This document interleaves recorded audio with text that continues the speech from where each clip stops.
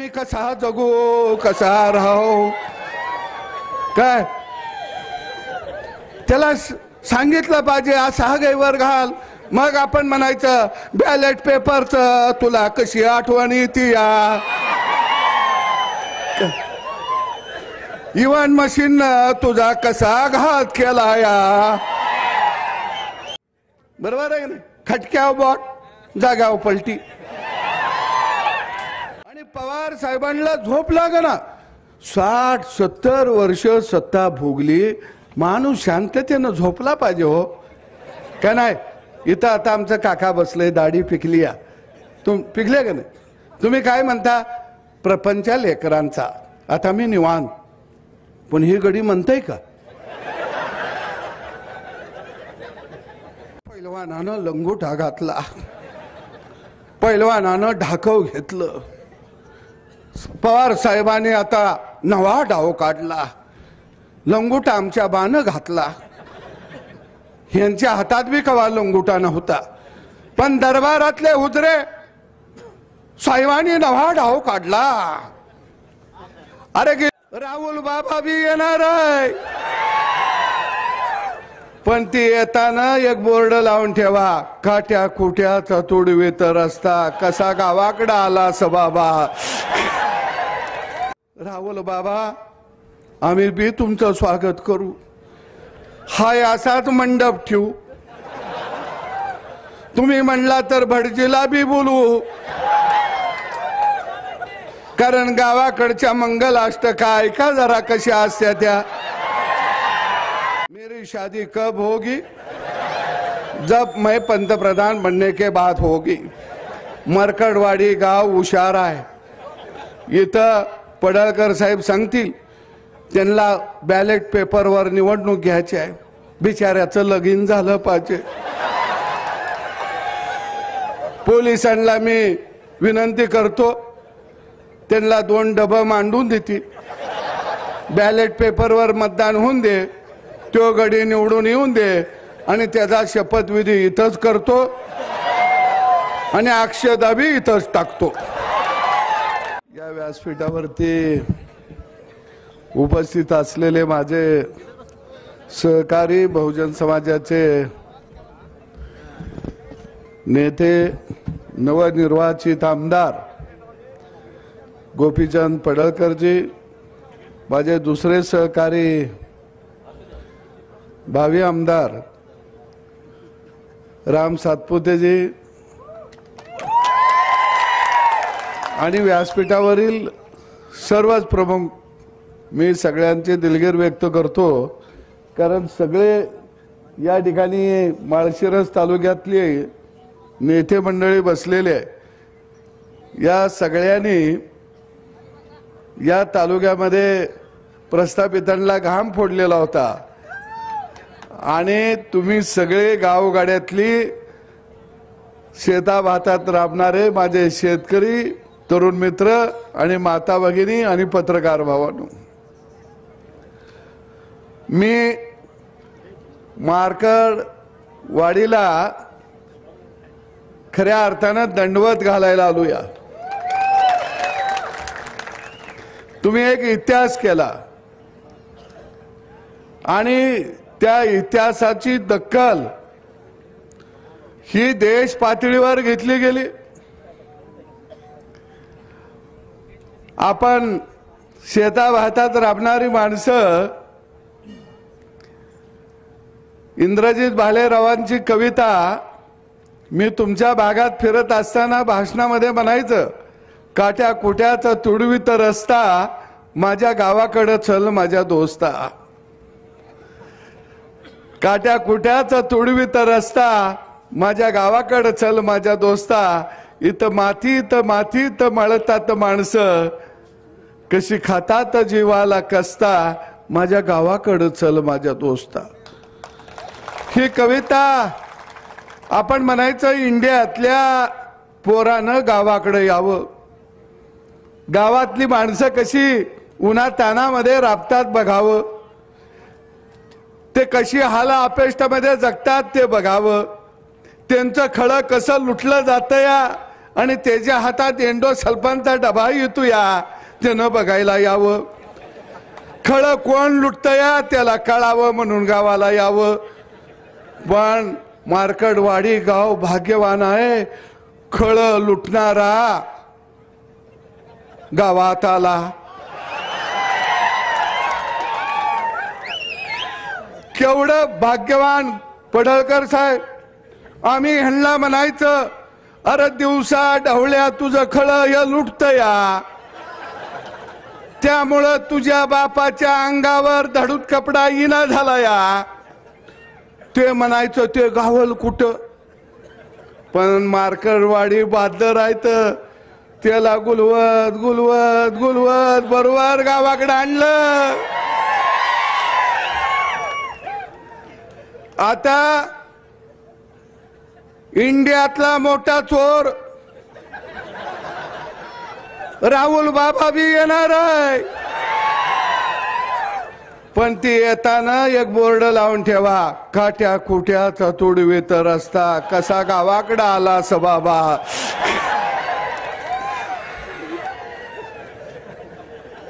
म्हणजे राहुल बाबा कुठं जात होत, अमेरिकेला, जपानला, रशियाला. त्याला माहीतच नाही की या इंडियामध्ये भारत नावाचा देश आहे आणि साधी साधी दगड मातीची बी घर आहेत. राहुल बाबा आम्ही बी तुमचं स्वागत करू, हाय असाच मंडप ठेवू, तुम्ही म्हणला तर भटजीला बी बोलवू. कारण गावाकडच्या मंगलाष्टका ऐका जरा कशा असत्या त्या.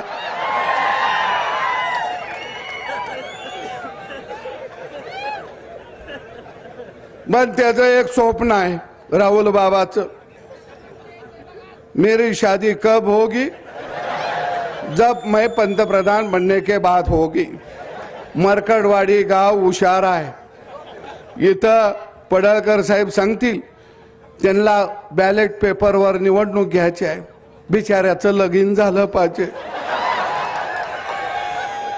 पोलिसांना मी विनंती करतो, त्यांना 2 डबं मांडून देतील, बॅलेट पेपरवर मतदान होऊन दे, तो गडी निवडून येऊन दे आणि त्याचा शपथविधी इथंच करतो आणि अक्षता बी इथंच टाकतो.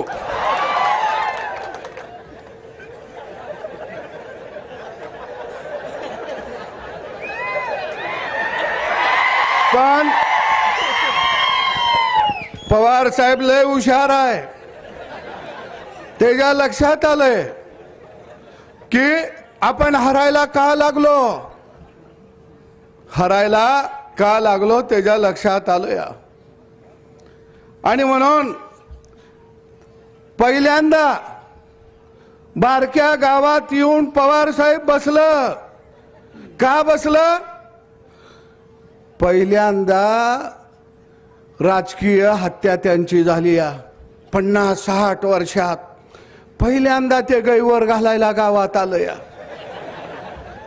पण त्याला कसं गैवर घालायचं आपण सांगितलं पाहिजे. आपल्या गावगाड्यात असतो का नाही गैवर, आता तुला कोण आहे का ग,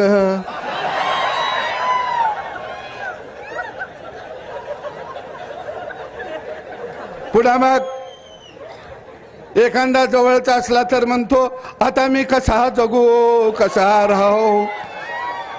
काय त्याला सांगितलं पाहिजे असा गैवर घाल.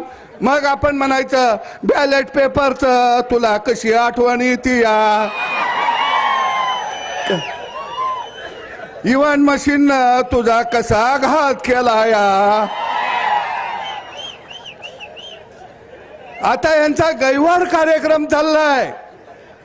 अरे नवतंत्रज्ञान हे आणलं कुणी, राजीव गांधीनं आणलं. त्यावेळी हे म्हणायचे टीव्ही आम्ही आणला, टेलिफोन आम्ही आणला, लाईटवर रेल्वे आम्ही आणली, पुलं आम्ही आणले, विमान आम्ही आणलं, इव्हीएम मशीन आम्ही आणलं. आणि आता हे कसं आलं.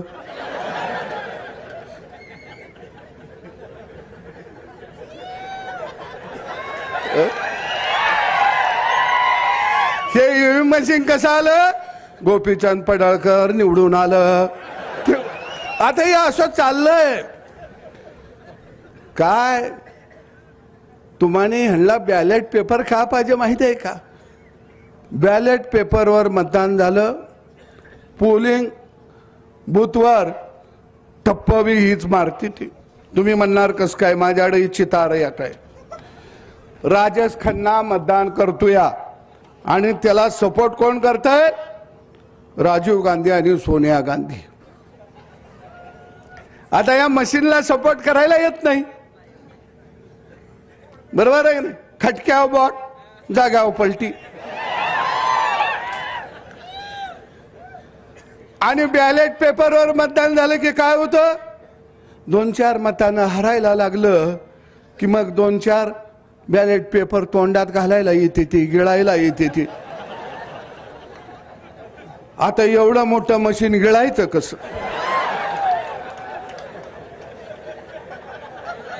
बरोबर आहे? काय पेपर फाडायला येते ती, काय खिशात घातलं आणि आपल्या एखाद्यानं ऑब्जेक्शन घेतलं, ह्यानं खिशात घातलं तर गडी पळून जातो या. म्हणून यांना बॅलेट पेपरवर पाहिजे आहे, दुसरं कारण काही नाही. आणि पवार साहेबांना झोप लागना. 60-70 वर्ष सत्ता भोगली, माणूस शांततेनं झोपला पाहिजे हो का नाही? इथं आता आमचं काका बसले, दाढी पिकली या. पिकले का नाही? तुम्ही काय म्हणता? प्रपंच लेकरांचा. आता मी निवांत, पण ही गडी म्हणताय का?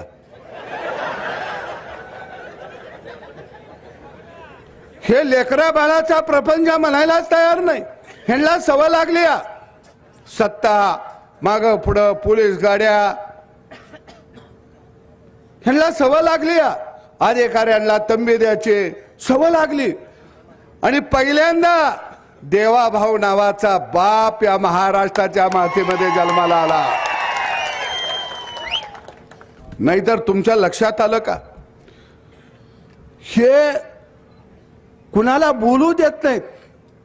कोण ह्यांच्या विरोधात बोलला? रामभाऊ तुम्ही आता आलाय मैदानात. आम्ही 40 वर्ष झालं ह्यांच्या समोरच आहे. रामभाऊ एखादा डाव जर पवार साहेबांना टाकला तर काय म्हणतात? पैलवानानं लंगोटा घातला, पैलवानानं ढाकव घेतलं. पवार साहेबांनी आता नवा डाव काढला, लंगोटा आमच्या बानं घातला. ह्यांच्या हातात बी कवा लंगोटा नव्हता, पण दरबारातले उतरे साहेबांनी नवा डाव काढला. अरे गेली 40 वर्ष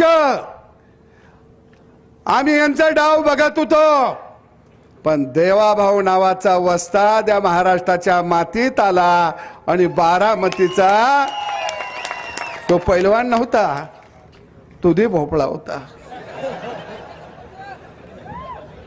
कुठला पैलवान आलाय? अरे नवं तंत्रज्ञान तुम्ही आणलं. ईव्हीएम मशीन कुणी आणलं? काँग्रेसनं आणलं 2004 ला. त्यावर तुम्ही निवडणुका लढवल्या. केंद्रामध्ये 10 वर्ष सत्ता तुम्ही भोगली, राज्यात 10 वर्ष सत्ता तुम्ही भोगली. आणि आता म्हणायला लागले ईव्हीएम मशीन गडबड करतया. मग तुमची पोरगी निवडून लाखानं आली, तवा ईव्हीएम मशीन चांगलं. रोहित पवार गेल्या वेळी निवडून आलं, ईव्हीएम मशीन चांगलं. गेल्या वेळी 2019 ला तुम्ही सगळे निवडून आला. उद्धव ठाकरेला बिचाराला कळलं नाही, ते मातोश्रीतच बसून होतं, त्याला माहीतच नाही बाहेर काय चाललाय खेळ. त्याला दाखवलं गाजार मुख्यमंत्री पदाचं, ते बी गेलं. आपल्या गावाकडे नाही का शेळीच्या पुढं मुगार धरल्यावर शेळी पळत सुटती, ते पळालं. पवार साहेब हुशार, त्याला माहित होतं ह्यो गडी आजारी आहे आणि त्यात आला करोना. पवारानं त्याला सांगितलं तू बाहेर पडशील तर तुझं सगळंच जाईल, पैसा अडका, तू बघत गप ते जपून बस, तुला लागल तेवढं पोच करतो. त्याला केलं चिल्लर पोच आणि पोत्यात नोटा हाणल्याही नाही. ते फसलं, ते बिचारा बाहेरच निघालं नाही. मग उद्धव ठाकरे कशावर निवडून आलं तर त्याचं गडी EM वर ते चाललं, काँग्रेसचं EMचं गडी चाललं, सरकार बनवलं ते चाललं, लोकसभेला तुम्ही निवडून आला ते चाललं.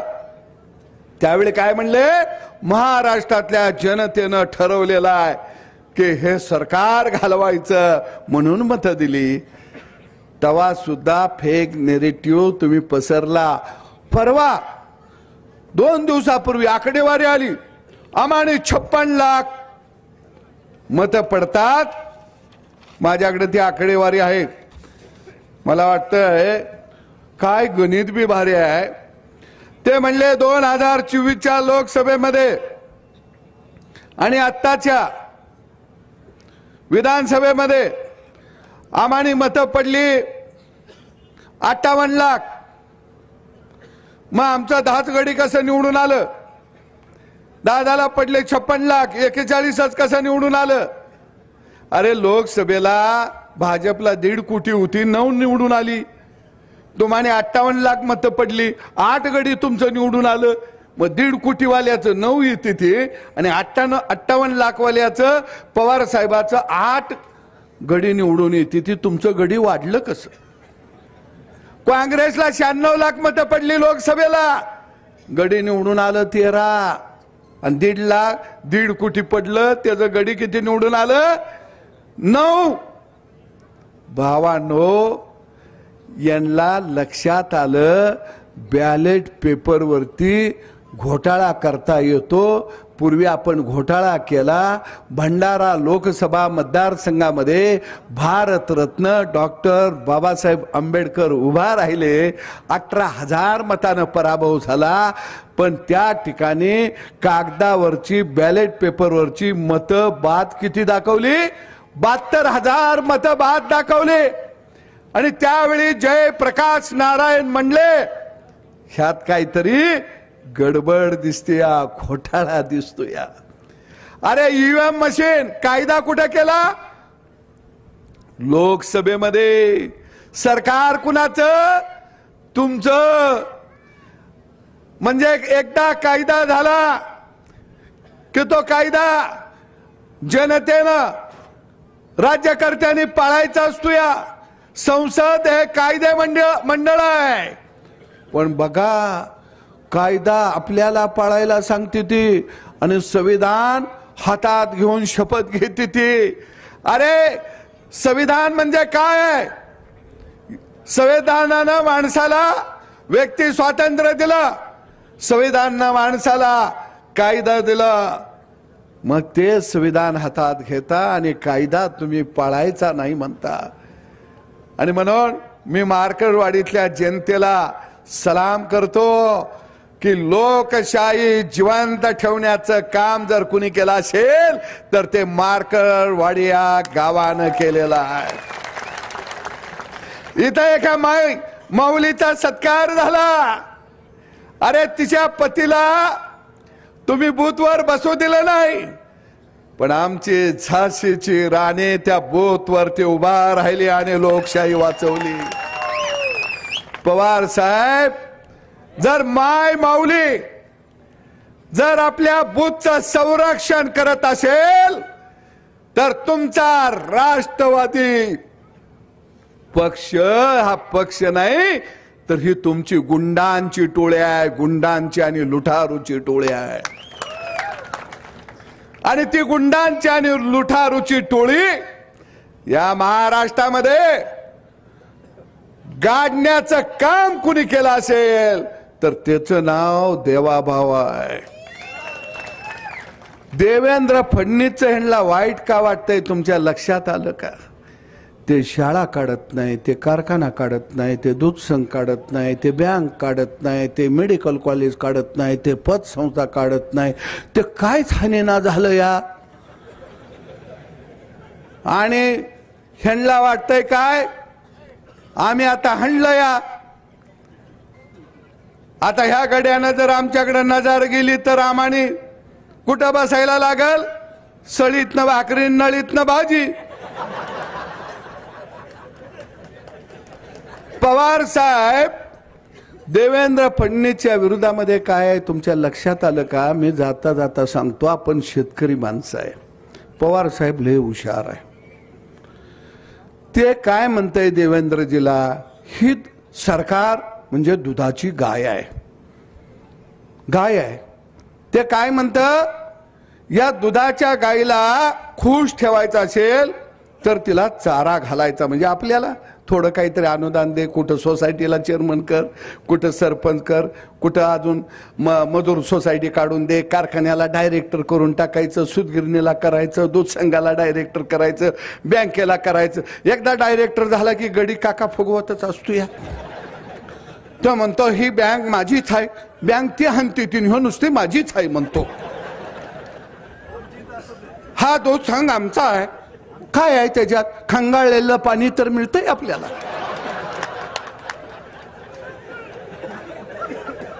मग ते पवार साहेब म्हणता ह्या गाईला नुसतं असा मुगारा द्यायचं आणि तिचं दूध आपण बसून काढायचं, आणि दूध काढलं की वासराला किती द्यायचं? मी मगाशी म्हणलो तसं त्याला अर्ध थान प्याला द्यायचं.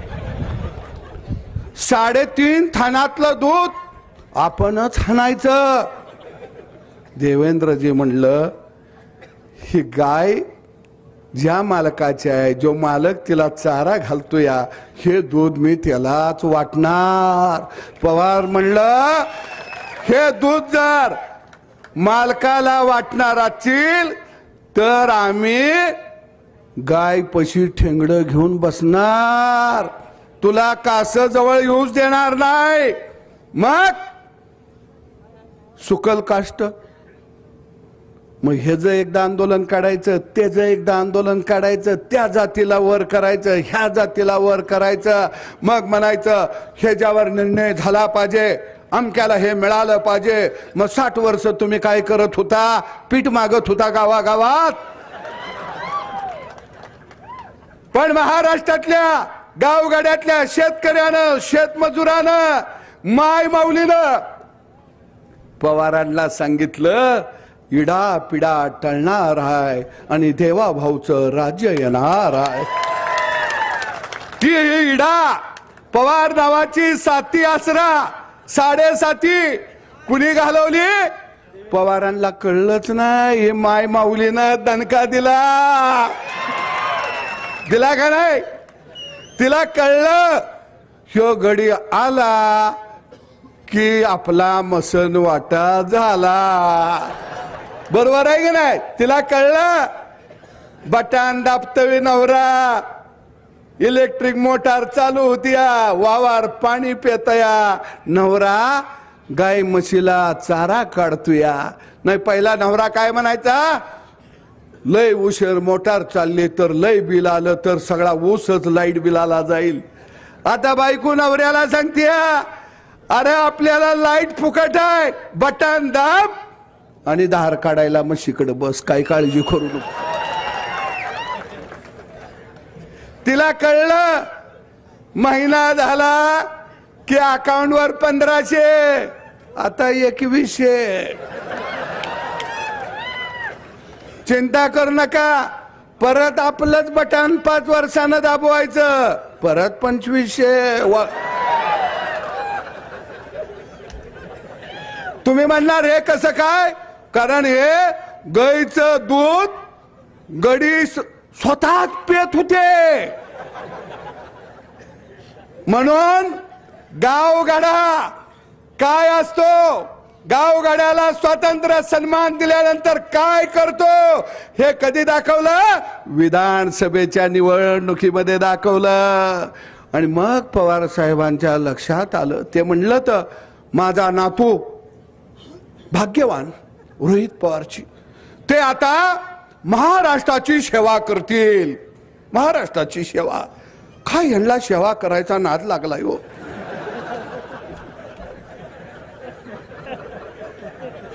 ही काय गाय म्हशीला धुयाची सेवा करतील म्हणत नाहीत, रानात पूसाला पाणी पाजतील ही सेवा करायची आहे म्हणत नाहीत. महाराष्ट्राची सेवा. अख्खं घर तुमचा बी तालुका तसाच आहे. लेकरू जन्माला आलं की ते शेवेलाच येत या सेवा करायला. अख्खं घरदार सेवेवर आहे. बँकेला कोण चेअरमन होतोय, डायरेक्टर होतोय, काय म्हणतो सेवा करायची आहे. दूध संघाच्या माध्यमात सेवा करायची आहे. कारखाना सेवा करायचा आहे. किती यांना सेवा करायची हौस आहे हो. आता जर ही गडी सेवा म्हणले की यांना म्हणायचं ये जरा गाई म्हशी धुयायच्या आहे त्या येतो काहीकडं. सेवा कसली सेवा. रामभाऊ म्हणले त्यांना आता वाटलं तर सरकार बदलतं या आपण जिल्ह्याचे पालकमंत्री होणार. ह्यांना सत्ता गाजवायची, लोकांना गुलाम म्हणून त्यांच्याकडे बघायची सवय लागली या. पण मी तुम्हाला सांगतो या लोकशाहीचा आधार खऱ्या अर्थाने या मार्करवाडी सारख्या गावानं केला. आणि म्हणून गोपीचंद पडळकर सारखा माणूस आज आमदार म्हणून पुढे आला. तो सेवा करायची म्हणून आला नाही, तो म्हणतो गावगाड्याला मला सन्मान द्यायचा आहे म्हणून मी आमदार झालो या.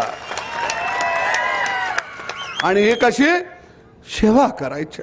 अरे तुम्ही सेवा करशीला मग आम्ही कवा करायची. आणि यांच्या पडळकर साहेब ह्यांच्या घरात पोरग जन्माला आलं, बारसं झालं, मोठं व्हायला लागलं की गावातल्या हुजऱ्यांचं मुद्र्यांचं चालू. हे साहेबांचं पोरग फार बुद्धिमान आहे, प्रचंड अभ्यास आहे आणि यांची नावं बी लय भारी असते. ती सिंह सिंह रणजित सिंह, दिग्गज सिंह, धैर्य सिंह सगळं शहर जन्माला येतील. आणि आमच्याकडे काही सगळी मरकुडी येते ती.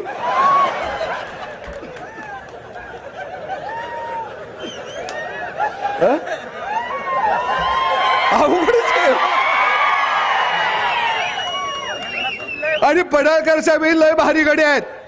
आता सरकार आपलं आलंय, आता साहेबाकडे जॅकेट घालून हे करून जाणार देवेंद्र साहेबांचं. आणि म्हणणार फडणवीस साहेब तुमच्यासारखा बुद्धिमान माणूस नाही, फार साहेब तुम्हाला दूरदर्शी, साला लगेच चिकन तिकडं उडी मारती ती. आणि आमच्यासारखं बांधावच बसतंय, यार गेलं गेलं गेलं.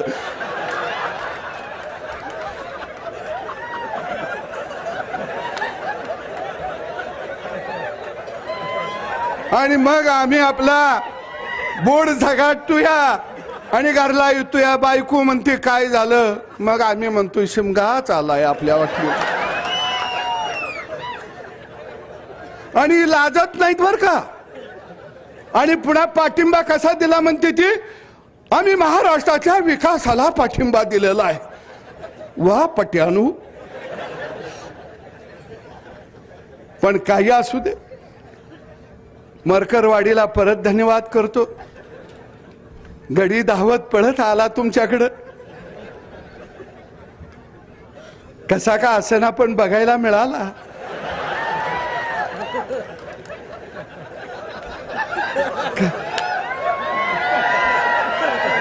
तुमचं गाव जगाच्या नकाशावर आलं. आणि आता सगळे बोलायला लागले मार्करवाडी पॅटर्न. काय भारी काम आहे. आता एक काम करा, गडी आलं की जरा गया बिया जरा रस्त्याच्या कडेनं बांधा, पाण्याच्या बादल्या ठेवा, शॅम्पू ठेवा, चकाचक करून देते गडी. जरा खराट ठेवा रस्त फस्त लोटायला. आणि म्हणायचं ह्याला नाव द्या मार्करवाडी पॅटर्न. सगळं गडी लोटायला लागलं.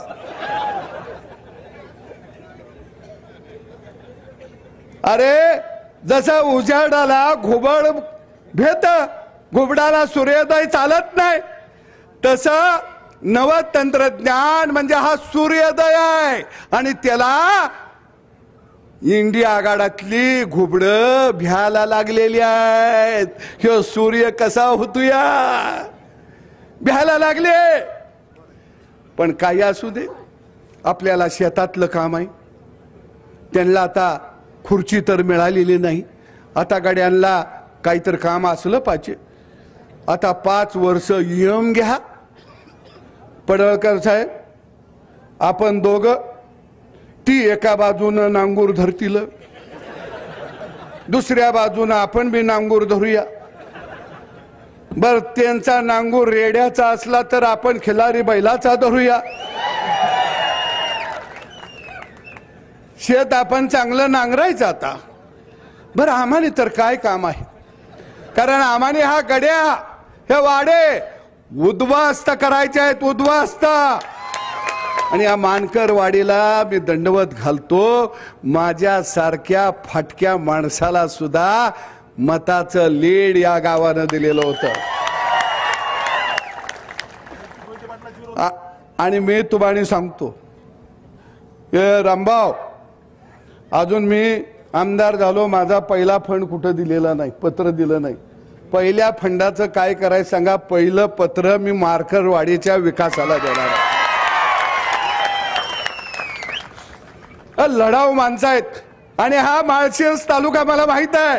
अरे माझ्यासाठी प्रचार करायला घरातनं भाकरी बांधून रानोमाळ ही माणसं धावत होते, रानोमाळ. आणि म्हणून मी म्हणतो, तुमच्या गावाचं भाग्य आहे, ही हेलिपॅड तसंच ठेवा. जो जो गडी येईल तिथं उतरल त्याला उतरून द्या, त्याला तुमचं गाव बी कळल. बरोबर आहे की नाही? येऊन देते. तुम्ही किती भाग्यवान आहे. गडी धावायला लागलीत. चॅनेलवर मार्करवाडी पॅटर्न लोकशाहीचा खून पडलेला आहे. अरे म्हणून मी आलो, म्हणलं कुठं रक्ताचा महापूर आलाय का बघावा जरा.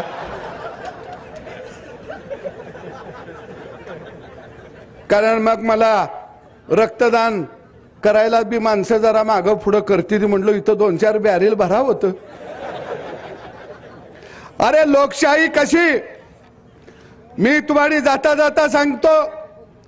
अरे ज्यावेळी काँग्रेसला या राज्यामध्ये देशामध्ये 5वी बहुमत मिळालं, 400 जागा 350 जागा, त्यावेळी लोकशाही जिवंत होती. अरे काँग्रेसनं ज्यावेळी या देशामध्ये आणीबाणी लावली, खटले न चालवता अनेक लोकांना तुरुंगात टाकलं, त्यावेळी लोकशाही जिवंत होती. दुसऱ्या बाजूला लोकसंख्या नियंत्रणात आणायची आहे म्हणून गावागावात जाऊन जबरदस्तीनं तुम्ही नसबंदी करत होता, तेव्हा लोकशाही जिवंत होती.